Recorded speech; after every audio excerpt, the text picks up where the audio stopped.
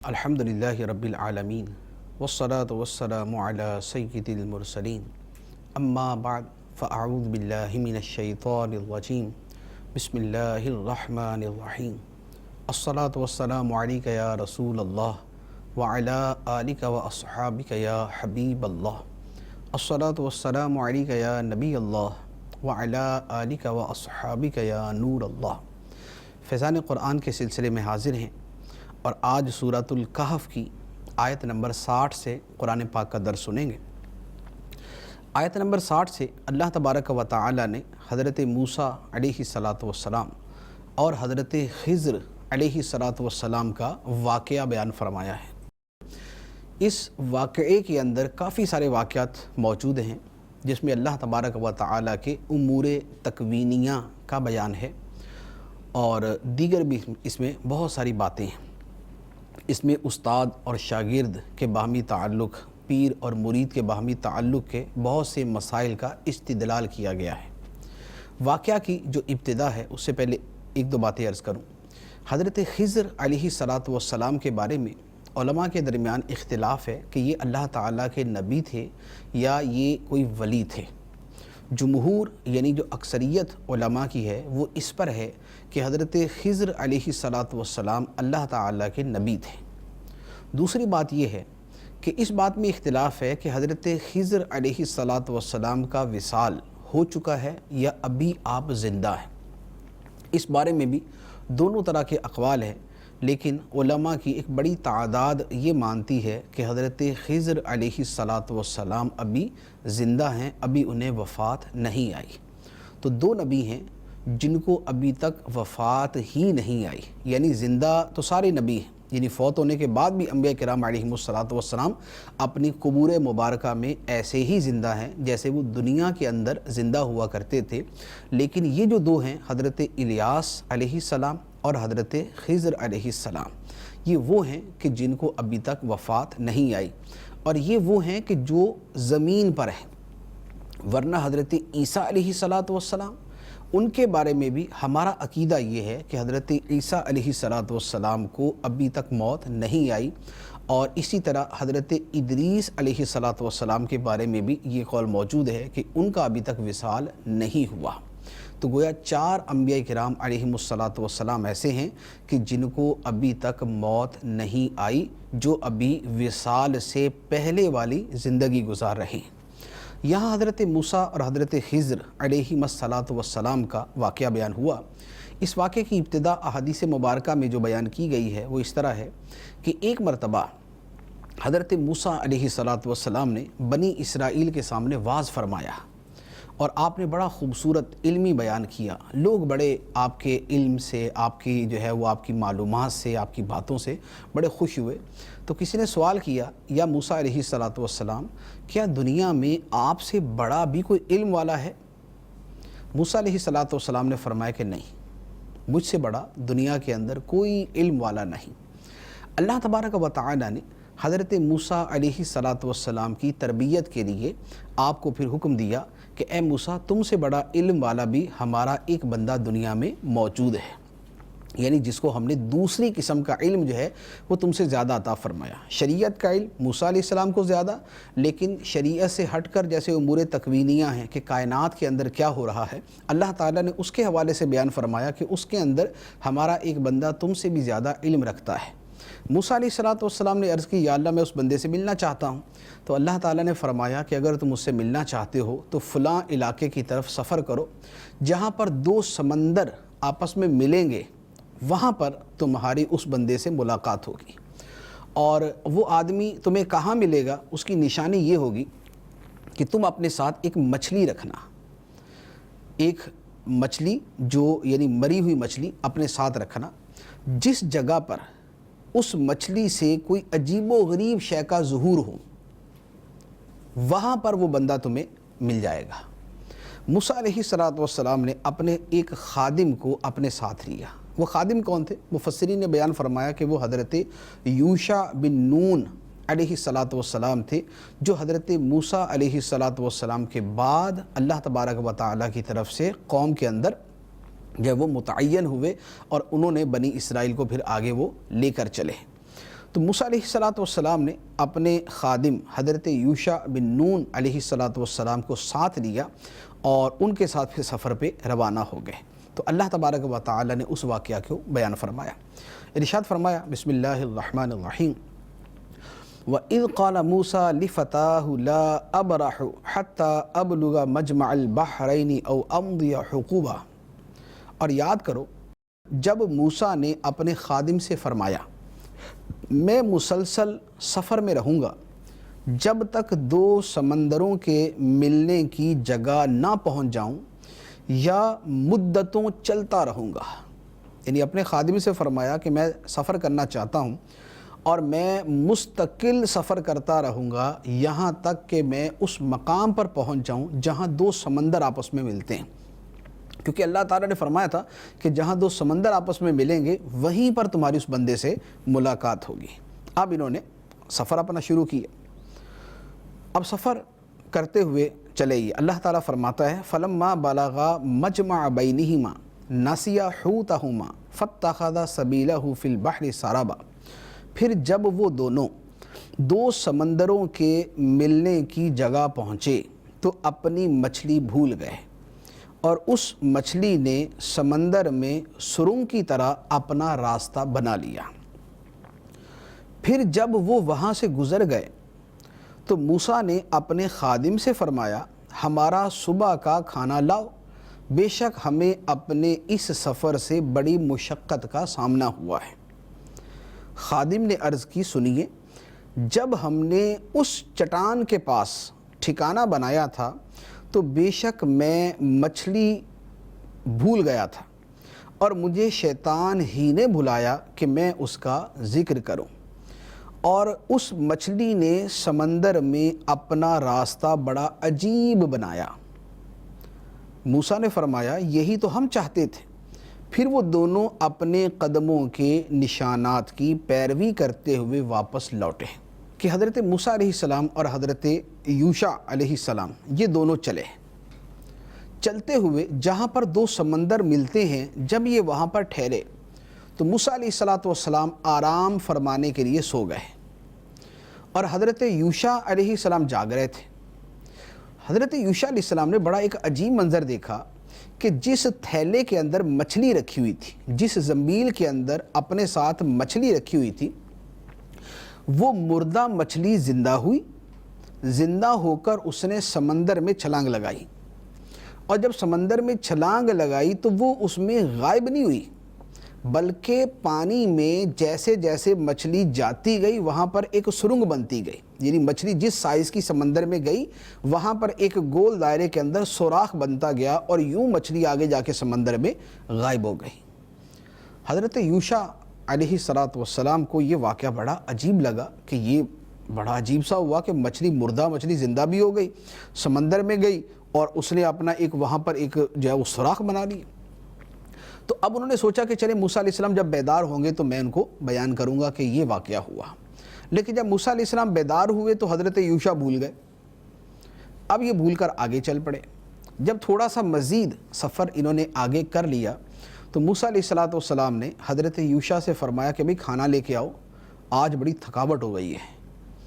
تو حضرت یوشع چونکہ ان کا جو کھانا تھا وہ مچھلی تھی، اب حضرت یوشع کو یاد آیا اوہ وہ تو میں بھول ہی گیا بتانا سارا واقعہ، تو عرض کرنے لگے کہ اے موسیٰ علیہ السلام وہ میں تو اس مچھلی کا واقعہ بتانا ہی بھول گیا، مجھے شیطان نے بلا دیا، وہ جو فلاں جگہ پر ہم نے قیام کیا تھا وہاں پر وہ مردہ مچھلی زندہ ہو کر سمندر میں چلی گئی تھی اور سمندر میں اس نے جا کے ایک سرنگ کے انداز کے اندر ایک راستہ بنا لیا تھا، تو میں آپ کو بتانا بھول گیا۔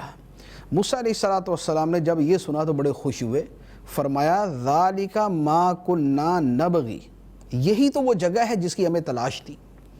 یعنی اللہ تعالیٰ نے موسیٰ علیہ السلام کو پہلے فرما دیا تھا کہ جہاں جا کر مچھلی زندہ ہو کر سمندر میں راستہ بنائے گی وہیں آس پاس میں وہ اللہ کا پیارا بندہ تمہیں مل جائے گا۔ تو موسیٰ علیہ السلام نے یہ پوری تفصیل حضرت یوشع کو نہیں بتائی تھی، تو موسیٰ علیہ السلام نے فرمایا ذالک ما کنا نبغی، یہی تو وہ جگہ ہے جس کی ہمیں تلاش تھی۔ اب یہ دوبارہ وہاں سے واپس آئے، دونوں حضرات چلتے ہوئے واپس آئے۔ جب واپس آئے تو ایک درخت کے پاس انہیں حضرت خضر علیہ السلام جو ہے وہاں تشریف فرما تھے وہ آپ کو مل گئے، دیکھا تو پہچان لیا کہ یہ اللہ تعالیٰ کا نیک بندہ ہے۔ اب اللہ تعالیٰ ارشاد فرماتا ہے فَوَجَدَ عَبْدًا مِّنْ عِبَادِنَا آتَيْنَاهُ رَحْمَةً مِّنْ عِنْدِنَا وَعَلَّمْنَاهُ مِن لَّدُنَّا عِلْمًا، تو ہمارے بندوں میں سے ایک بندہ پایا جسے ہم نے اپنے پاس سے خاص رحمت دی تھی اور اسے اپنا علم لدنی عطا فرمایا۔ اللہ تعالیٰ فرماتا جب یہ دونوں واپس پہنچے تو وہاں پر انہوں نے ہمارے ایک بندے کو پایا، عبدا من عبادنا، ہمارے بندوں میں سے ایک بڑے پیارے بندے کو پایا، وہ بندہ جسے ہم نے اپنے پاس سے خاص رحمت عطا فرمائی تھی۔ وہ خاص رحمت کیا تھی؟ اکثر مفسرین نے بیان فرمایا کہ اس سے مراد نبوت ہے، کہ جسے ہم نے اپنی طرف سے نبوت عطا فرمائی تھی۔ اور دوسری کیا شے دی تھی؟ وَعَلَّمْنَاهُ مِن لَّدُنَّا عِلْمًا، اور ہم نے اسے اپنا علم لدنی عطا فرمایا تھا۔ علم لدنی وہ علم ہوتا ہے جو بغیر بندے کی محنت کے اس کو ملتا ہے۔ یعنی ایک تو ہم پڑھتے ہیں، اگر ہم نے عربی پڑھنی ہے تو ہم عربی سیکھنا شروع کرتے ہیں، سیکھتے سیکھتے ہم سیکھ جاتے ہیں۔ ہم کتابیں پڑھتے ہیں، کتابیں پڑھتے پڑھتے ہم علم سیکھتے ہیں، یا ہم کسی عالم کے پاس جاتے ہیں، اس سے ہم علم حاصل کرتے ہیں۔ یہ جو ہے اسے علم اکتسابی کہا جاتا ہے، کہ کسب محنت کے ساتھ یہ حاصل کیا۔ اور وہ علم کہ جو بغیر محنت کے اللہ تعالیٰ عطا فرما دیتا ہے، بندہ محنت نہیں کرتا، اللہ تعالیٰ اس کے دل میں ڈال دیتا ہے، اسے علم لدنی کہا جاتا ہے۔ تو اس کا ثبوت جو ہے وہ اس آیت مبارکہ سے کہ حضرت خضر علیہ السلام کو اللہ تعالیٰ نے یہ علم لدنی عطا فرمایا۔ اب بھی ہمارے زمانے کے اندر بھی اور اس امت کے اندر بھی اولیاء کرام ہیں جن کو اللہ تعالیٰ علم لدنی عطا فرماتا ہے، جن کے دلوں کو علوم کے لیے کھول دیتا ہے۔ تو حضرت موسیٰ علیہ السلام نے حضرت خضر علیہ السلام سے بات کی، کیونکہ موسیٰ علیہ السلام تو ان سے ملنے آئے تھے اور ان سے سیکھنے آئے تھے کہ کون سا علم ہے جو ان کے پاس ہے جو میرے پاس نہیں ہے۔ موسیٰ علیہ السلام نے کیا بات کی اور خضر علیہ السلام نے کیا جواب دیا، اللہ تعالیٰ سے بیان فرماتا ہے قال له موسیٰ هل اتبعك على ان تعلمني مما علمت رشدا، اس سے موسیٰ نے کہا کیا اس شرط پر میں تمہارے ساتھ رہوں کہ تم مجھے وہ درست بات سکھا دو جو تمہیں سکھائی گئی۔ یعنی موسیٰ علیہ السلام نے درخواست کی کہ اے خضر میں آپ کے ساتھ رہنا چاہتا ہوں اس شرط پر کہ آپ مجھے وہ علم سکھائیں گے جو اللہ نے آپ کو سکھایا ہے۔ خضر علیہ السلام نے کیا جواب دیا؟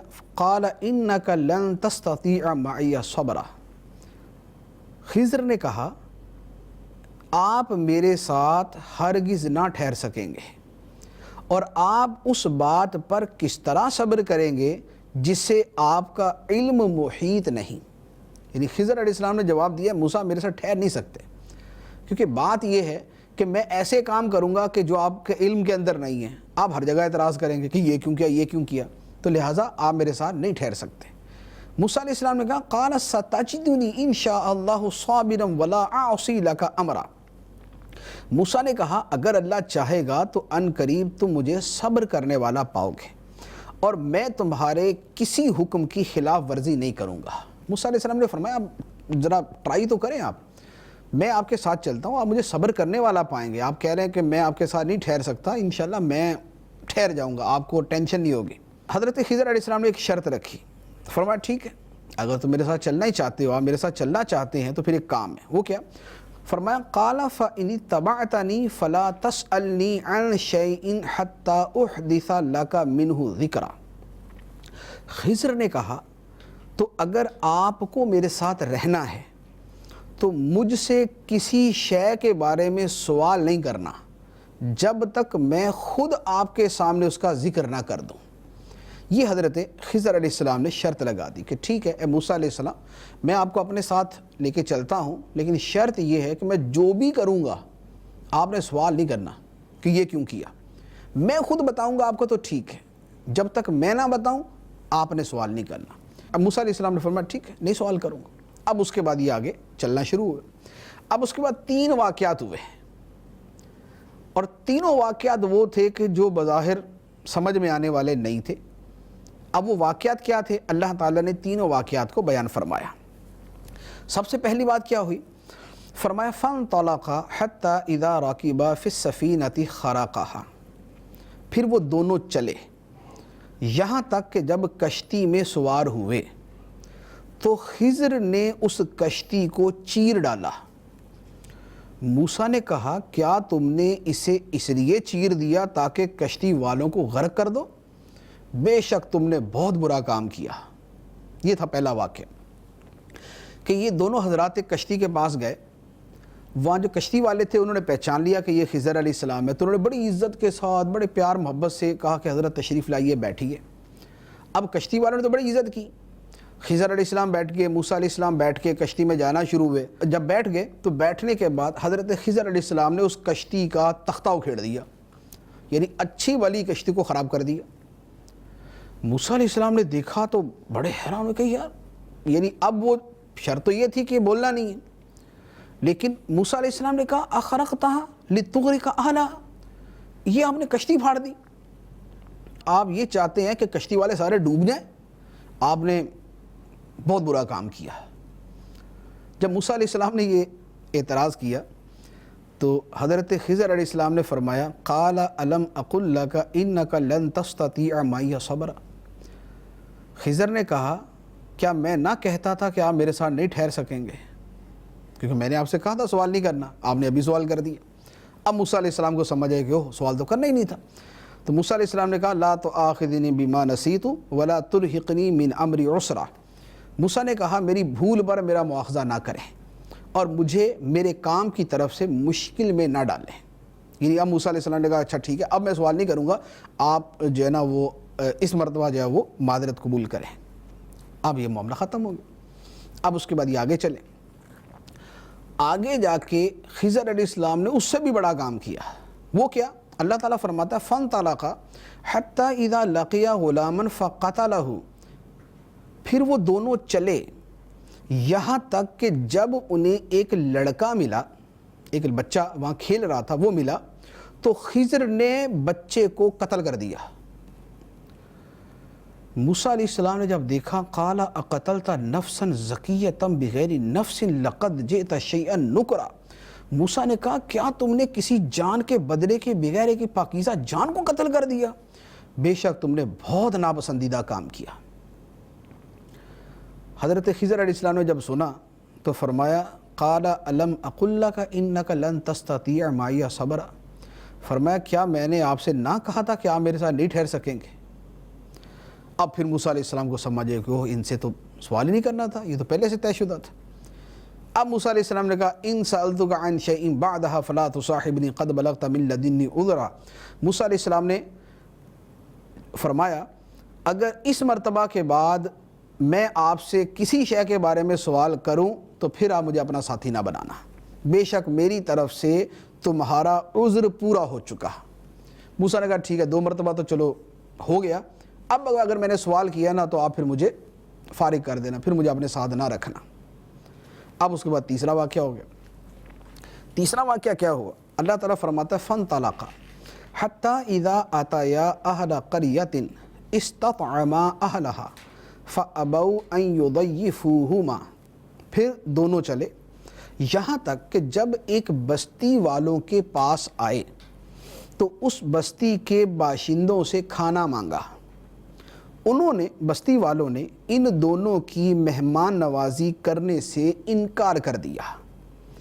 پھر دونوں نے اس گاؤں میں ایک دیوار پائی جو گرنا ہی چاہتی تھی، تو خضر نے اس دیوار کو سیدھا کر دیا۔ موسیٰ نے کہا اگر تم چاہتے تو اس پر کچھ مزدوری لے لیتے۔ یہ تیسرا واقعہ ہوا۔ واقعہ کیا ہوا کہ یہ دونوں حضرات کسی بستی میں گئے، بستی میں گئے تو بستی والوں سے کہا کہ بھئی ہم مہمان ہیں، اجنبی ہیں، پردیسی ہیں، دور سے آئے ہیں، تو ہمیں کھانا وغیرہ آپ دے دیں۔ بستی والوں نے دینے سے انکار کر دیا، نہیں بھی کوئی کھانا نہیں ملے گا۔ موسیٰ علیہ السلام کو بڑا جلال آیا کہ بڑے عجیب لوگ ہیں، مہمان نوازی کرنے سے انکار کر رہے ہیں۔ اب وہاں پر ایک دیوار تھی جو گرنے والی تھی، حضرت خضر علیہ السلام نے اس دیوار کو اشارہ کیا، دیوار سیدھی ہو گئی۔ موسیٰ علیہ السلام نے کہا کہ اگر آپ چاہتے تو ان سے اجرت وصول کرتے اس کی، انہوں نے ہمیں کھانا نہیں دیا، ہم مہمان تھے ان کے، ہمارا حق تھا ان کے اوپر کھانا دے، انہوں نے ہمیں کھانا نہیں دیا، آپ نے ان کی دیوار سیدھی کر دی، آپ ان سے پیسے لیتے اس کے۔ تیسری مرتبہ پھر موسیٰ علیہ السلام بول پڑے، تو حضرت خضر علیہ السلام نے فرمایا یہ میری اور آپ کی جدائی کا وقت ہے، اب میں آپ کو ان باتوں کا اصل مطلب بتاؤں گا جس پر آپ صبر نہیں کر سکے۔ اب حضرت خضر علیہ السلام نے فرما دیا کہ آپ نے 3 مرتبہ سوال کر لیا، اور دوسری مرتبہ آپ نے خود کہا تھا کہ اب اگر میں سوال کروں تو آپ مجھے جو ہے نا وہ اپنا ساتھی نہ بنانا، تو اب آپ نے تیسری مرتبہ بھی سوال کر دیا، لہذا اب میرے اور آپ کے درمیان جدائی کا وقت آ گیا۔ پھر فرمایا کہ اب میں آپ کو بتاتا ہوں کہ یہ میں نے سارے کام کیوں کیے تھے۔ اب فرمایا وہ جو پہلا کشتی کا واقعہ تھا کہ کشتی کا تختہ اکھیڑ دیا تھا، تو خضر علیہ السلام نے فرمایا وہ جو کشتی تھی تو وہ کچھ مسکین لوگوں کی تھی جو دریا میں کام کرتے تھے، تو میں نے چاہا کہ اس کشتی کو عیب دار کر دوں، اور ان کے آگے ایک بادشاہ تھا جو ہر صحیح سلامت کشتی کو زبردستی چھین لیتا تھا۔ تو خضر علیہ السلام نے فرمایا کہ بھائی بات یہ ہے کہ جس کشتی والوں نے ہمیں بڑی عزت کے ساتھ بٹھایا تھا اور میں نے ان کی کشتی کا تختہ اکھیڑ دیا اور عیب دار بنا دیا، تو اصل مسئلہ یہ تھا کہ وہ کچھ غریب لوگوں کی کشتی تھی جن کی زندگی اور روزی کا دار و مدار اسی کشتی پر تھا۔ یہ کشتی آگے جہاں جا رہی تھی تو آگے ایک بادشاہ تھا جو ہر صحیح کشتی کو چھین لیتا تھا، تو میں نے ان کی کشتی میں عیب پیدا کر دیا تاکہ بادشاہ جب اس عیب کو دیکھے گا تو اس کشتی کو چھوڑ دے گا، تو میں نے ان غریبوں کا مسکینوں کا بھلا کیا تھا، ان کی کشتی کو خراب نہیں کیا تھا۔ یہ تھا پہلا واقعہ۔ اب اس کے بعد دوسرا واقعہ جو بچے والا تھا کہ بچے کو قتل کر دیا۔ خضر علیہ السلام نے فرمایا وَأَمَّا الْغُلَامُ فَكَانَ أَبَوَاهُ مُؤْمِنَيْنِ فَخَشِينَا أَن يُرْهِقَهُمَا طُغْيَانًا وَكُفْرًا، اور وہ جو لڑکا تھا تو اس کے ماں باپ مسلمان تھے، تو ہمیں ڈر ہوا کہ یہ بچہ انہیں بھی سرکشی اور کفر میں ڈال دے گا، تو ہم نے چاہا کہ ان دونوں کا رب انہیں پاکیزگی کے اعتبار سے اس پہلے لڑکے سے بہتر اور حسن سلوک اور رحمت و شفقت کے اعتبار سے زیادہ مہربان اولاد عطا کر دے۔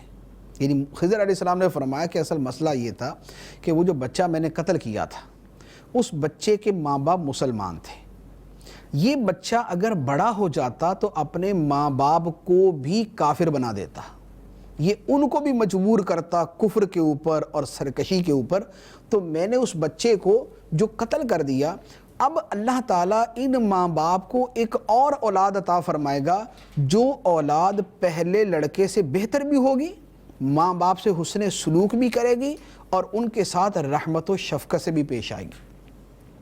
تو لہذا پہلے بچے کا جو قتل کرنا تھا وہ اللہ کی اجازت سے تھا، اور اس لیے تھا تاکہ اللہ تعالیٰ ان کو بہتر اولاد عطا فرمائے۔ یہ ہو گیا دوسرا واقعہ۔ اب اس کے بعد جو تیسرا واقعہ تھا کہ وہ دیوار گر رہی تھی اور اس کو سیدھا کر دیا، تو خضر علیہ السلام نے فرمایا وَأَمَّا الْجِدَارُ فَكَانَ لِغُلَامَيْنِ يَتِيمَيْنِ فِي الْمَدِينَةِ وَكَانَ تَحْتَهُ كَنْزٌ لَهُمَا وَكَانَ أَبُوهُمَا صَالِحًا، اور بہرحال دیوار تو وہ شہر کے 2 یتیم لڑکوں کی تھی، اور اس دیوار کے نیچے ان دونوں کا خزانہ تھا، اور ان بچوں کا باپ نیک آدمی تھا، تو تیرے رب نے چاہا کہ وہ دونوں بچے اپنی جوانی کو پہنچے اور اپنا خزانہ نکالیں، آپ کے رب کی رحمت سے ہے، اور جو کچھ میں نے کیا وہ میرے حکم سے نہ تھا، اللہ کے حکم سے تھا۔ یہ ان باتوں کا اصل مطلب ہے جس پر آپ صبر نہ کر سکیں۔ تیسرے واقعہ کا حضرت خضر علیہ السلام نے بیان کیا کہ وہ جو ہم بستی میں گئے، بستی والوں نے ہمارے مہمان نوازی نہیں کی، لیکن یہ گرتی دیوار کو میں نے درست کر دیا۔ اس کے پیچھے ماجرا یہ تھا کہ وہ جو دیوار تھی اس دیوار کے نیچے ایک خزانہ چھپا ہوا تھا، اور وہ خزانہ تھا 2 یتیم بچوں کا جن کا باپ بڑا نیک آدمی تھا۔ وہ باپ تو فوت ہو گیا، خزانہ اپنی اولاد کے لیے چھوڑ گیا۔ اب مہمان نوازی نہیں کی تو بستی والوں نے نہیں کی، لیکن اگر دیوار گر جاتی تو خزانہ ظاہر ہو جاتا، لوگ خزانے کو لوٹ لیتے۔ ان یتیم بچوں کا خزانہ بچانے کے لیے میں نے اس دیوار کو سیدھا کیا تھا تو لہٰذا بستی والوں نے مہمان نوازی نہیں کی، وہ اپنی جگہ تھی، لیکن چونکہ بچوں کا جو باپ تھا جو فوت ہو گیا وہ بڑا نیک آدمی تھا، اللہ تعالیٰ اس کی نیکی کا صلہ یہ دینا چاہتا تھا کہ اس کے یتیم بچے جب بڑے ہوں تو اپنے باپ کے خزانے کو وہاں سے نکال لیں، تو میں نے اس لیے اس دیوار کو درست کر دیا تھا۔ تو حضرت خضر علیہ السلام نے فرمایا اور یہ جو کچھ میں نے کیا، پہلے کشتی توڑی، اس کے بعد بچہ قتل کیا، اور اس کے بعد یہ جو دیوار سیدھی کی، فرمایا کہ یہ ساری کی ساری چیزیں وَمَا فَعَلْتُهُ عَنْ أَمْرِي، یہ میں نے اپنی طرف سے نہیں کیا تھا، یہ تو اللہ کی طرف سے تھا کہ اللہ نے مجھے فرمایا تھا کہ یوں کرو۔ تو فرمایا کہ یہ ہے ان سب باتوں کی، جب باتوں کا اصل مطلب جس پر اے موسیٰ علیہ السلام آپ صبر نہیں کر سکے۔ تو اس تیسرے واقعے کے بعد پھر حضرت موسیٰ علیہ السلام حضرت خضر علیہ السلام سے جدا ہو گئے اور پھر اب اپنے علاقے میں تشریف لے آئے۔ تو یہ جو پورا واقعہ بیان کیا گیا، اس واقعے میں بہت سارے پہلو ہیں۔ دیکھیں ایک بڑا مرکزی پہلو اس میں جو ہمیں سمجھانے کے لیے، ایک تو یہ ہے کہ کوئی بندہ یہ دعویٰ نہ کرے کہ مجھ سے بڑا علم والا دنیا میں کوئی نہیں۔ اللہ تعالیٰ نے دنیا میں نہ جانے کیا کون کیسے کیسے لوگ پیدا کیے، نہ جانے کیسے کیسے لوگ ہیں کہ ہم اگر ایک علم کے اندر ماہر ہیں تو دوسرا بندہ ہو سکتا ہے اللہ تعالیٰ نے دوسرے علم کے اندر بہت ہی اوپر مرتبے تک پہنچایا ہوا ہے۔ تو لہٰذا علم کے اندر ایسا جملہ نہ بولا جائے کہ جس میں اپنی بڑائی کا پہلو نظر آئے۔ موسیٰ علیہ السلام نے جو فرمایا تھا کہ میں سب سے بڑا عالم ہوں، بذات خود وہ درست تھا کہ شریعت کا علم اور دیگر مطلقاً علوم کے اعتبار سے موسیٰ علیہ السلام سے بڑا علم والا دنیا میں کوئی نہیں تھا، لیکن اللہ تعالیٰ کی بارگاہ کے اندر عاجزی کے جملے زیادہ پسندیدہ ہیں۔ موسیٰ علیہ السلام کے جملے کے اوپر کوئی اعتراض اور نکیر نہیں تھی، لیکن چونکہ اللہ کے نبیوں کا مرتبہ بڑا بلند ہے، اس لیے اللہ تعالیٰ ان کی تربیت اتنی زیادہ فرماتا ہے، تو ایک جملے کے اوپر بھی اللہ تبارک و تعالیٰ نے اتنی شاندار تربیت فرمائی کہ پورا سفر کروا کے ان کے اس جملے کا متبادل ان کو سمجھا دیا۔ ایک بات، دوسری بات یہ کہ اللہ تعالیٰ کے بہت سے کام ایسے ہیں جنہیں ہم سمجھ نہیں پاتے، لیکن اس کے پیچھے کوئی حکمت ہوتی ہے، وہ حکمت ہوتی ہے، ہم نہیں سمجھ پاتے اس کو، تو اللہ کی رضا پہ راضی رہنا چاہیے، اللہ تعالیٰ جس حال میں رکھے اس پہ خوش رہنا چاہیے۔ بعض اوقات ہم بڑے بے قرار ہو جاتے ہیں، یار ہم اللہ تعالیٰ سے دعائیں مانگ رہے ہیں، اللہ تعالیٰ ہماری دعائیں قبول نہیں فرماتا، حالانکہ اللہ تعالیٰ جو ہماری دعا قبول نہیں فرما رہا ہوتا وہ ہمارے لیے اتنا بہترین ہوتا ہے، وہ اتنا بہترین ہوتا ہے کہ اگر واقعی وہ دعا قبول ہو جاتی تو اس کے بعد پھر ہمارا جو حال ہوتا وہ پھر دیکھنے والا ہوتا۔ جیسے مثال کے طور پہ ہم دعا کرتے ہیں یا اللہ ہمیں 10 کروڑ روپے عطا فرما دے، یا اللہ صبح اٹھے تو ہمارے سرانے 10 کروڑ روپے کا بیگ پڑا ہوا، اللہ تعالیٰ نے دے دیا، 10 کروڑ کا بیگ ہمارے سرانے آ گیا، اب ہماری دعا قبول ہوگی، ہم بڑے خوش ہیں، یا اللہ تیرا کرم، تیرا شکر، 10 کروڑ عطا فرما دیا، ٹھیک۔ اب لازمی بات ہے 10 کروڑ گھر میں تو نہیں رکھیں گے، 10 کروڑ جا کے بینک میں جمع کروائیں گے۔ اب بیوی کو بھی بتا دیا، بچوں کو بھی تھوڑا سا جو بڑے تھے ان کو بتا دیا کہ پیسہ بہت ہے، ٹینشن نہیں لینا۔ اب یہ بینک جمع کروانے گئے، بینک جمع کروانے کے راستے میں ڈاکوؤں نے لوٹ لیا کہ ہاں بھائی پیسے دیتے ہو یا جان دیتے ہو۔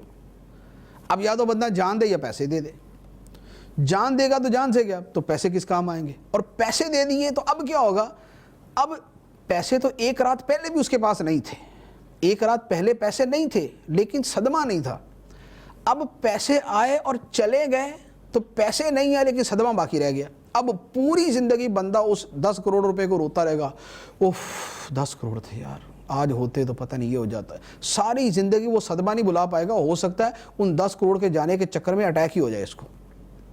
تو اللہ تعالیٰ بندے کی دعا کو قبول نہیں فرما رہا، بندہ کہہ رہا ہے یا اللہ 10 کروڑ دے دے، یا اللہ 10 کروڑ دے دے، اللہ تعالیٰ نہیں دے رہا، کیوں؟ بندے کی بہتری۔ یا پھر آدمی یہ ہے کہ 10 کروڑ آ گیا، اب اس کے بعد رشتہ دار بھی مانگنے پہنچ گئے، اب دوست بھی آ گئے، اب ڈاکو صاحب بھی جو ہے نا وہ ہر تیسرے دن چکر لگا رہے ہیں، اب چور بھی آ رہے ہیں، اب جناب بتا لینے والے بھی پہنچ گئے، اب اس کے بعد پولیس والے بھی آ گئے، اب اس کے بعد اور محکموں والے بھی آ گئے، ہاں بھی حساب دو کہاں سے آئے پیسے۔ اب ہر وقت کی سر درد، ہر وقت کی ٹینشن آدمی لے کے بیٹھا ہوا، اب کہتا ہے یا اللہ یہ نہیں تھے نا تو میری جان سکون کے اندر تھی، یہ پیسے آنے کے بعد میں تو عذاب میں پھنس گیا۔ تو اللہ تعالیٰ کی رضا پر راضی رہنا چاہیے، اللہ تعالیٰ جس حال میں رکھے اسی حال پہ خوش رہنا چاہیے۔ اب جیسے یہاں پر بیان ہوا کہ بچے کو قتل کر دیا، ماں باپ کے لیے بڑا صدمہ ہے، بچہ ہی مر گیا، ان کا قتل ہو گیا ان کا بچہ، لیکن اللہ تعالیٰ نے بدلے کے اندر ان کو اچھی اولاد عطا فرما دی، اور یہ جو اولاد تھی جو قتل ہوگی، ہو سکتا بڑے ہو کر یہ ماں باپ کو نہ جانے کس رخ کے اوپر لے کے جاتی، ہو سکتا ہے نہ جانے ماں باپ کو کتنی تکلیف اور دکھ دینے والی ہوتی. آج لوگ بڑی دعائیں مانگتے ہیں یا اللہ بیٹے دینا بیٹیاں نہ دینا, لیکن بیٹے والے سر پکڑ کے رو رہے ہوتے ہیں کہ یا اللہ ایسے ہی بیٹے دینے تو نہ ہی دیتا. یعنی وہ بیٹوں نے جینا حرام کر دیا ہوتا ہے. ایک بیٹا جناب سمگلر ہے, ایک جناب چور ہے, ایک نشئی ہے, ایک جناب وہ بھنگ پینے والا ہے, ایک بری صحبت میں رکھنے والا, ایک ڈاکو بن گیا. اب کہتے ہیں کہ یا اللہ یہ بیٹے نہ دیتا تو ہمارے اوپر تیرا بڑا احسان ہوتا. اعتراض نہیں اللہ پہ کر رہے ہوتے, لیکن اب ان کو سمجھ آ رہی ہوتی کہ یار بیٹے نہ ہوتے بیٹیاں ہوتی, لیکن اچھے کردار والی تو ہوتی. تو اللہ تعالیٰ جو عطا فرمائے جس حال میں رکھے اس حال پہ خوش رہنا چاہیے. ایک بہت بڑا جو درس ہے وہ ان واقعات کے اندر یہ بھی موجود ہے. اب اس کے بعد ایک مزید پھر اگلے واقعات کا ایک تسلسل شروع ہوتا ہے. یہ واقعہ ہے ذوالقرنین بادشاہ کے بارے میں. ذوالقرنین بادشاہ وہ تھا جس کی پوری دنیا کے اوپر حکومت تھی, شرق سے لے کر غرب تک ساری دنیا پہ یہ حکمران بنے. اور یہ اللہ تعالیٰ کے بڑے نیک بندے تھے, یعنی بادشاہ تھے, مسلمان تھے, نیک تھے, صالحین میں سے تھے. ان کے بارے میں بھی کفار مکہ نے سوال کیا تھا کہ ان کے بارے میں بتائیں کہ ذوالقرنین کون تھا, کیا واقعات تھے اس کے. تو نبی کریم صلی اللہ علیہ وآلہ وسلم نے ذوالقرنین کے بارے میں اللہ تعالیٰ کی وحی کے نزول کے بعد پھر تفصیل بیان فرمائی. تو یہاں پر ذوالقرنین کے 3 سفر کا بیان ہے. 3 سفر کیے تھے انہوں نے دنیا کے بڑے بڑے, اللہ تعالیٰ نے ان کو بیان کیا. چنانچہ اللہ تعالیٰ ارشاد فرماتا ہے وَيَسْأَلُونَكَ عَنْ ذِي الْقَرْنَيْنِ قُلْ سَأَتْلُو عَلَيْكُمْ مِنْهُ ذِكْرًا. اور اے محبوب علیہ السلام آپ سے ذوالقرنین کے متعلق سوال کرتے ہیں, تم فرماؤ میں ان قریب تمہارے سامنے اس کا ذکر پڑھ کر سناتا ہوں. اب اللہ تعالیٰ فرماتا ہے بے شک ہم نے ذوالقرنین کو زمین میں اقتدار دیا اور اسے ہر چیز کے حصول کا ایک طریقہ عطا فرمایا, یعنی زمین میں اقتدار عطا فرمایا. اب اس کے بعد ذوالقرنین نے 3 سفر کیا, اللہ تعالیٰ نے تینوں سفر بیان کی. ذوالقرنین جو بادشاہ تھے ان کا ایک سفر تھا مغرب کی جانب جدھر سورج ڈوبتا ہے, ایک ان کا سفر تھا مشرق کی جانب جدھر سے سورج نکلتا ہے, اور ایک ان کا سفر تھا مفسرین کے مطابق شمال کی جانب جہاں پر قوم یاجوج ماجوج جو ہے وہ موجود تھی, اور ان کے ساتھ وہاں پر ان کا جو ہے وہ آمنا سامنا ہوا. تو اللہ تعالیٰ فرماتا ہے فَأَتْبَعَ سَبَبًا, تو ذوالقرنین ایک راستے کے پیچھے چلا یہاں تک کہ جب وہ سورج کے غروب ہونے کی جگہ پہنچا تو اسے ایک سیاہ کیچڑ کے چشمے میں ڈوبتا ہوا پایا, اور اس چشمے کے پاس ہی ایک قوم کو پایا. تو ہم نے فرمایا اے ذوالقرنین یا تو اس قوم کو عذاب دے یا ان کے بارے میں بھلائی اختیار کرو. ذوالقرنین نے کہا بہرحال جس نے ظلم کیا تو ان قریب ہم اسے سزا دیں گے, پھر وہ اپنے رب کی طرف لوٹایا جائے گا تو وہ اسے بہت برا عذاب دے گا. اور بہرحال جو ایمان لایا اور اس نے نیک عمل کیا تو اس کے لیے جزا کے طور پر بھلائی ہے.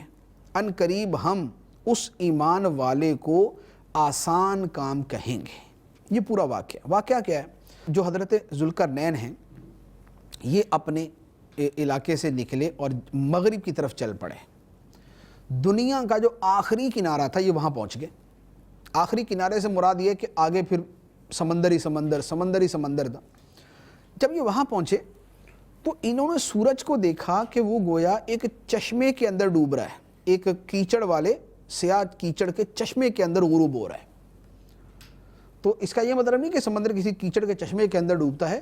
اصل میں یہ ہے کہ سمندر کے کنارے جب ہم جا کے سورج کو دیکھیں تو ہمیں بھی نظر آتا ہے کہ سورج جو ہے وہ سمندر کے اندر ہی ڈوب رہا ہے, جیسے ہم کراچی کے اندر بھی دیکھتے ہیں. تو ذوالقرنین رضی اللہ تعالیٰ عنہ جو بادشاہ تھے انہوں نے بھی دیکھا کہ سورج ایک سیاہ چشمے کیچڑ والے چشمے کے اندر ڈوب رہا ہے. اب وہاں پر انہوں نے ایک قوم کو پایا, وہ قوم تھی کافر.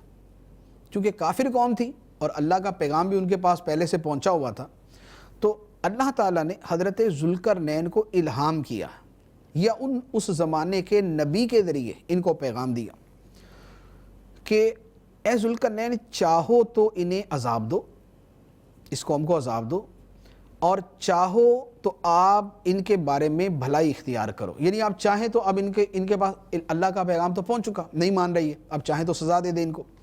چاہیں تو ان کو مزید مہلت دے دیں کہ یہ اسلام کی طرف آ جائیں۔ تو حضرت ذوالقرنین نے کہا کہ جس نے شرک کیا، جس نے ظلم کیا، شرک کیا، اسے تو ہم سزا دیں گے، اور پھر اللہ کی طرف اسے لوٹایا جائے گا اور اللہ تعالیٰ اسے عذاب دے گا، اور جو ایمان والا اور اچھے عمل کرنے والا ہے اس کے لیے اچھا بدلہ ہے، اس کے بارے میں ہم آسانی کا رویہ اختیار کریں گے۔ یعنی حضرت ذوالقرنین نے ان لوگوں کو مہلت دی کہ اگر اسلام کی طرف، توحید کی طرف آتے ہو تو ہم تمہارے ساتھ اچھا سلوک کریں گے، ورنہ پھر ہم تمہیں سزا دیں گے۔ اب یہ واقعہ یہاں پر مکمل ہو گیا۔ یہاں پر ضمناً دو چیزیں عرض کروں گا۔ ایک تو یہ ہے کہ یہ جو حضرت ذوالقرنین کا واقعہ بیان ہو رہا ہے، اس کے بارے میں بعض لوگ کہتے ہیں کہ اس سے مراد سکندر ذوالقرنین ہے۔ سکندر ذوالقرنین وہ جو یونان کا بادشاہ تھا، جو یہاں ہمارے یہ پاکستان تک بھی آیا تھا، اور یہاں پر بھی وہ علاقوں کے اندر جو ہے وہ حملے کرتا ہوا گیا تھا، جس کی مشہور جنگ دارا سے ہوئی تھی، ایران کے بادشاہ دارا سے جنگ ہوئی تھی۔ تو بعض لوگ کہتے ہیں کہ یہ جو ذوالقرنین ہے یہ وہی سکندر ہے جسے الیگزینڈر کہا جاتا ہے، یونان کا بادشاہ، اور ارسطو جو ہے وہ اس کا استاد تھا جو اس کو سکھایا کرتا تھا۔ تو یہاں پر یہ بات واضح کرنا ضروری ہے کہ یہاں وہ مراد نہیں ہے۔ یہ جو ذوالقرنین ہیں یہ مسلمان، نیک، صالحین اور مسلمان بادشاہ تھے، اور وہ جو سکندر تھا، جو یونان کا مشہور فاتح ہے، وہ کافر، فاسق، فاجر، شرابی، ظالم، غاصب، قاتل اور نہ جانے کن کن برائیوں کے اندر ملوث تھا۔ تو وہ جو کافر اور فاسق و فاجر بادشاہ ہے، اسے اس ذوالقرنین کے ساتھ ہرگز نہیں ملایا جا سکتا۔ تو لہذا سکندر یونانی جو ہے وہ اور ہے، اور یہاں جو حضرت ذوالقرنین رضی اللہ تعالیٰ عنہ کا بیان ہے یہ دوسرے بادشاہ ہیں۔ یہ حضرت ذوالقرنین کا پہلا سفر تھا۔ اب دوسرا سفر ہوا مشرق کی طرف، جہاں سے سورج نکلتا ہے۔ جیسے ہمارے زمانے کے اندر یہ سورج جو نکلنے کی جگہ ہے یہ نیوزی لینڈ، جزائر فیجی، تو یہاں سے جو ہے وہ سورج سب سے پہلے اس سرزمین کے اوپر طلوع ہوتا ہے۔ تو اللہ تعالیٰ فرماتا ہے ثم اتبع سببا، پھر وہ ذوالقرنین ایک راستے کے پیچھے چلا، یہاں تک حتی اذا بلغ مطلع الشمس وجدها تطلع على قوم لم نجعل لهم من دونها سترا، یہاں تک کہ جب سورج طلوع ہونے کی جگہ پہنچا تو اسے ایک ایسی قوم پر طلوع ہوتا ہوا پایا جن کے لیے ہم نے سورج سے کوئی آڑ نہیں رکھی تھی۔ بات اسی طرح ہے، اور جو کچھ اس کے پاس تھا سب کو ہمارا علم محیط ہے۔ اللہ تعالیٰ فرماتا ہے ذوالقرنین کے پاس جو کچھ تھا ہمیں پتہ ہے کیا تھا اس کے پاس۔ یہ دوسری جگہ تھی کہ آپ مشرق کی طرف گئے جہاں سے سورج نکلتا ہے، تو اب سورج نکلتا تو اپنے حساب سے ہی ہے جہاں سے اللہ تعالیٰ نکالتا ہے، لیکن یہ کہ جس جگہ سے سب سے پہلے سورج نمودار ہوتا ہے، وہاں جو قوم تھی ان کے اور سورج کے درمیان کوئی آڑ نہیں تھی۔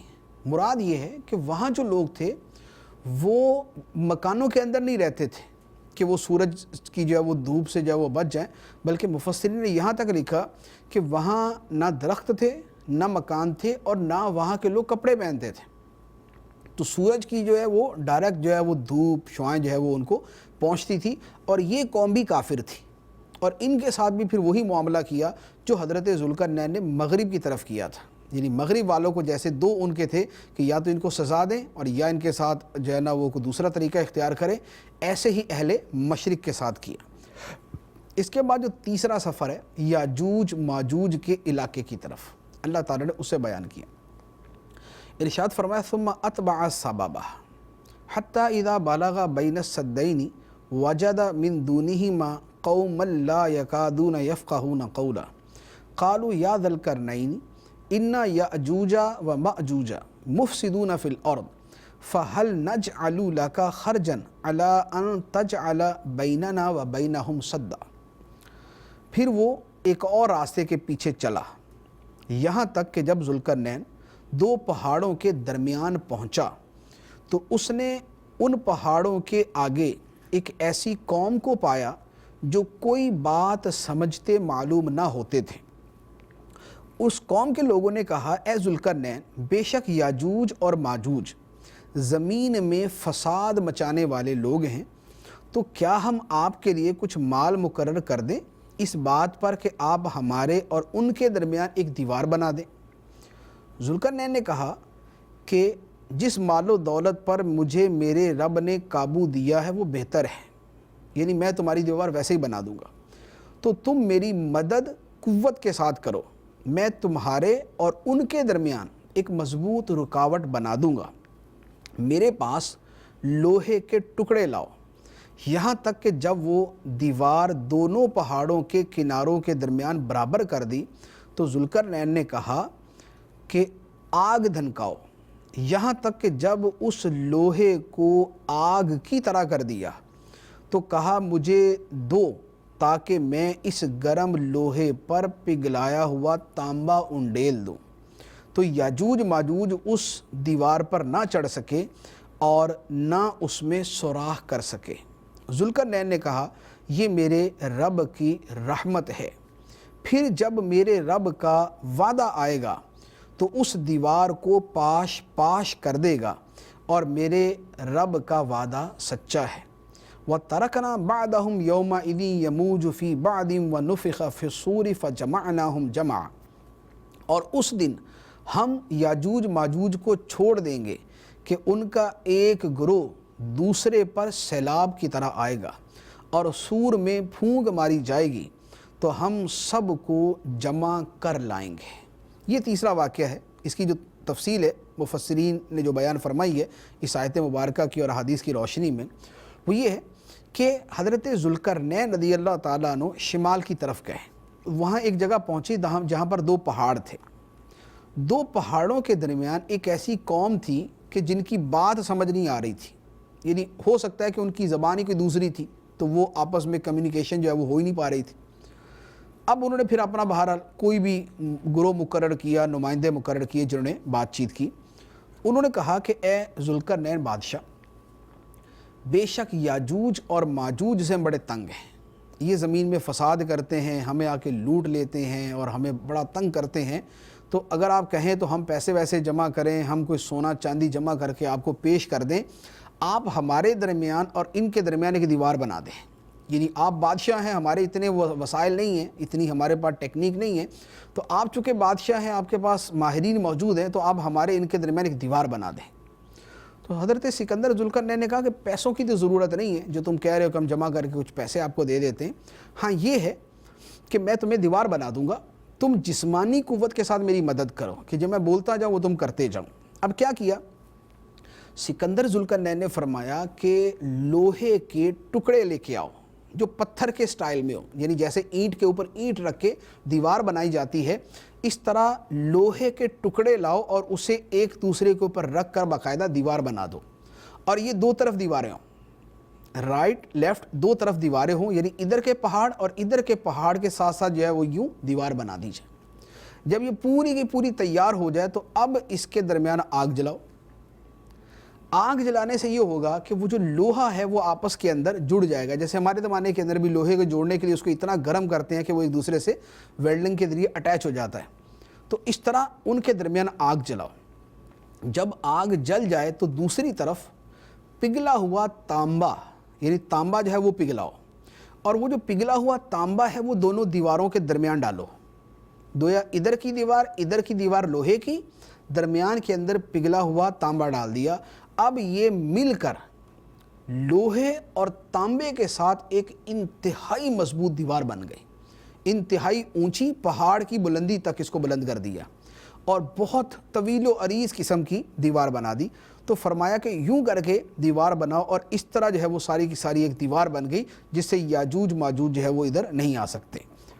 اور اس پر حضرت ذوالقرنین نے جب یہ سارا ہو گیا تو فرمایا کہ ہادہ رحمت من ربی، یہ میرے رب کی رحمت ہے، جو اللہ تعالیٰ کی کرم نوازی کہ اس نے مجھے یہ توفیق دی کہ میں نے اس طرح دیوار بنا دی۔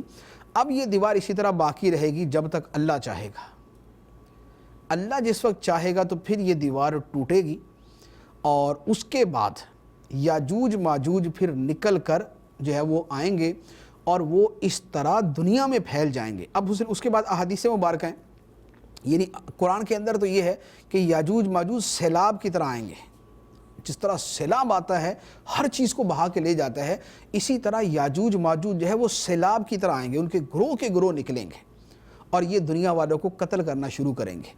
پھر احادیث مبارکہ میں جو اس کی تفصیل ہے، یہ قتل کی حدیث میں ہے، قرآن پاک کی آیت میں نہیں ہے، تو یاجوج ماجوج نکلیں گے، دنیا والوں کو قتل کریں گے اور پورے زمین کے اوپر جو ہے وہ قتل و غارت گری عام کر دیں گے. پھر یہ کہیں گے کہ زمین والوں کو ہم نے مار دیا، اب ہم آسمان والوں کو ماریں گے. پھر آسمان کی طرف تیر پھینکیں گے تو اللہ تعالیٰ اپنی قدرت سے ان تیروں کے اوپر بھی سرخ رنگ کا خون لگا دے گا تاکہ وہ واپس آئیں تو بڑے خوش ہوں گے کہ ہم نے آسمان والوں کو بھی مار دیا. اور یہ اس وقت ہوگا جب حضرت عیسیٰ علیہ السلام دنیا میں موجود ہوں گے. اور عیسیٰ علیہ السلام کو اللہ تعالیٰ پہلے ہی فرما دے گا کہ اے عیسیٰ، میں ایک ایسی قوم کو نکالنے والا ہوں جس کا دنیا میں کوئی مقابلہ نہیں کر سکتا، تم پہاڑوں پہ چڑھ جاؤ. عیسیٰ علیہ السلام اپنے ماننے والوں کو لے کر پہاڑوں پہ چلے جائیں گے اور یہ بقیہ دنیا میں پھیلے ہوئے لوگوں کو قتل کر دیں گے. پھر اللہ تعالیٰ کی بارگاہ میں عیسیٰ علیہ السلام دعا کریں گے کہ یا اللہ ان کو تو مار، یہ تو تنگ آ گیا ہم ان کی وجہ سے. تو اللہ تعالیٰ پھر ایک بیماری جو ہے وہ ان کے اوپر مسلط کرے گا یاجوج ماجوج پہ. یہ یعنی یاجوج ماجوج ایک قوم کا نام ہے. تو یہ اس پوری قوم جو پتہ نہیں کروڑوں کی تعداد میں یا اس سے بھی زیادہ ہوگی، یہ سب پر ایک بیماری طاری ہوگی اور یہ سب مر جائیں گے. اور اس طرح مریں گے کہ پوری دنیا کے اندر جگہ جگہ ان کی لاشیں پڑی ہوں گی اور بدبو پھیلی ہوگی اور ہر طرف خون ہوگا اور بڑی سرانڈ ہوگی ان کی. پھر اللہ تبارک و تعالیٰ جو ہے پرندے بھیجے گا، وہ پرندے ان کی لاشوں کو جو ہے وہ اٹھا کے سمندر کے اندر ڈال دیں گے. اس کے بعد پھر ایک بارش ہوگی، اس بارش کے پھر پوری دنیا جو ہے وہ دھل جائے گی، زمین ساری صاف ہو جائے گی. اس کے بعد پھر حضرت عیسیٰ علیہ السلام دوبارہ جو ہے پہاڑ سے نیچے تشریف لائیں گے. پھر اس کے بعد اگلے واقعات ہیں، اس کے بعد پھر قیامت ہے. تو یہ جو ہے یہ یاجوج ماجوج کے بارے میں قرآن اور حدیث کی روشنی کے اندر بالکل اختصار سے بیان کیا. بڑی تفصیل کے ساتھ اس کے اوپر چیزیں ہیں، صرف ایک دو چیزیں عرض کرتا ہوں. ایک سوال یہ ہوتا ہے کہ یہ جو دیوار ہے جو حضرت ذوالقرنین نے بنائی، یہ ہے کہاں؟ بعض لوگ کہتے ہیں یہ جو دیوار چین ہے یہی دیوار ہے جو حضرت ذوالقرنین نے بنائی تھی. تو یہ درست نہیں ہے. دیوار چین کو سد سکندری کہنا کہ حضرت ذوالقرنین نے جو دیوار بنائی تھی وہ یہی والی تھی، یہ درست نہیں ہے. کیونکہ دیوار چین کا جو معاملہ ہے وہ نہیں ہے جو اللہ تعالیٰ نے حضرت ذوالقرنین کے حوالے سے بیان فرمایا. اور جس طرح یہ دیوار ہے، دنیا میں اور بھی بہت ساری ایسی دیواریں موجود ہیں. یعنی دیوار چین تو بہت بڑی ہے، بڑی لمبی ہے، تو اس لیے یہ اس کا شہرہ زیادہ ہے، ورنہ دنیا میں دیواریں اور بھی موجود ہیں. تو یاجوج ماجوج جو وحشی صورت میں نکلیں گے وہ قرب قیامت میں ہے، تو اس کے بارے میں کچھ نہیں کہہ سکتے. واقعی جیسے ابھی مہذب جو ہے وہ لوگ موجود ہیں ظاہری اعتبار سے، تو یہ مہذب جو ہے ان کی اگلی نسلیں جا کے وحشیوں میں تبدیل ہو جائیں، جنون طاری ہو جائے. جیسے مثال کے طور پہ دنیا میں جو دو بڑی جنگیں ہوئیں، دو بڑی جنگوں میں جو فوجی تھے جنہوں نے دوسروں کے کروڑوں لوگوں کو قتل کر دیا، یعنی دو جنگ عظیم کے اندر کروڑوں لوگ قتل کیے گئے. تو یہ جو کروڑوں کو قتل کرنے والے تھے، یہ ان کے دماغ صحیح تھے کیا؟ یہ وحشی ہو گئے تھے یہ. تو اس طرح کے وحشی یا اس سے بھی بدتر وحشی آگے جا کے یعنی لٹریچر کے ذریعے یا ان کی قوم کے سردار ان کا دماغ بدل دیں، ان کو وحشی بنا دیں، قاتل بنا دیں اور ان کو لوگوں کے لیے خون خوار بنا دیں. تو اگلے زمانے میں جا کے ہو سکتا ہے کہ یاجوج ماجوج جو بھی اللہ تعالیٰ کے علم میں جو بھی وہ نسل ہے، تو اس کی اگلی نسلیں جا کے ایسی ہی بنیں اور وہ اپنے علاقوں سے نکلیں اور نکل کر پھر وہ پوری دنیا میں پھیلیں اور لوگوں کو اسی طرح قتل کرنا شروع کر دیں. جیسے ایک زمانے کے اندر چنگیز خان نکلا تھا. چنگیز خان جو ہے وہ اپنی قوم کے ساتھ نکلا تو وہ یاجوج ماجوج جیسا ہی تھا. یاجوج ماجوج نہیں اس کو کہتے ہم، یاجوج ماجوج جیسا تھا کہ وہ اپنے علاقے سے نکلا، وسطی ایشیا سے جو لوگوں کو قتل کرتا ہوا بغداد تک گیا. ایک ایک شہر کے اندر جو ہے اس نے پھر اس کے بعد ہلاکو خان نے 18 لاکھ افراد ایک شہر میں قتل کیے. 18 لاکھ افراد ایک شہر میں قتل کیے اور ان کی کھوپڑیوں کے مینار تعمیر کیے اور شہروں کو تخت و تاراج کر دیا. دنیا میں اس قدر بڑی جو ہے اس نے خون ریزی کی. تو جیسے یہ ایک قوم یکدم نکلی اور پوری دنیا میں انہوں نے قتل و غارت عام کرنے کی کوشش کی، تو یہ یاجوج ماجوج کے فتنے کے مشابہ صورت. اسی طرح یاجوج ماجوج کی جو ہے وہ قوم ہوگی، وہ جس زمانے میں نکلے گی وہ بھی اسی طرح وحشی ہوگی، قاتل ہوگی، ظالم ہوگی، خون خوار ہوگی اور لوگوں کو اسی طرح مارنے کے لیے نکلے گی اور وہ بھی پوری دنیا کے اندر پھیل جائے گی. لیکن متعین طور پہ یہ کہنا کہ فلاں قوم یاجوج ماجوج ہے، یہ ہم نہیں کہہ سکتے. ہمیں اس کا علم نہیں ہے کہ متعین طور پہ یاجوج ماجوج کون سی قوم ہے. لیکن ہمارا قرآن پہ ایمان ہے، ہمارا اللہ کے رسول صلی اللہ علیہ وسلم کی باتوں پر ایمان ہے کہ جیسا جیسا انہوں نے فرمایا ویسا ویسا ہی وقوع ہوگا. قیامت سے پہلے یاجوج ماجوج کی قوم نکلے گی، موج در موج اور فوج در فوج اور سیلاب کی طرح نکلے گی، دنیا میں پھیل جائے گی، دنیا والوں کو قتل کرے گی. یہ حق ہے جو بیان کیا گیا قرآن کے اندر اور جتنا حصہ حدیث کے اندر بیان کیا گیا. اللہ تبارک و تعالی ہمیں قرآن کا فہم عطا فرمائے اور ہمیں فتنوں سے عافیت اور امان عطا فرمائے۔ آمین بجاہ النبی الامین صلی اللہ علیہ وسلم۔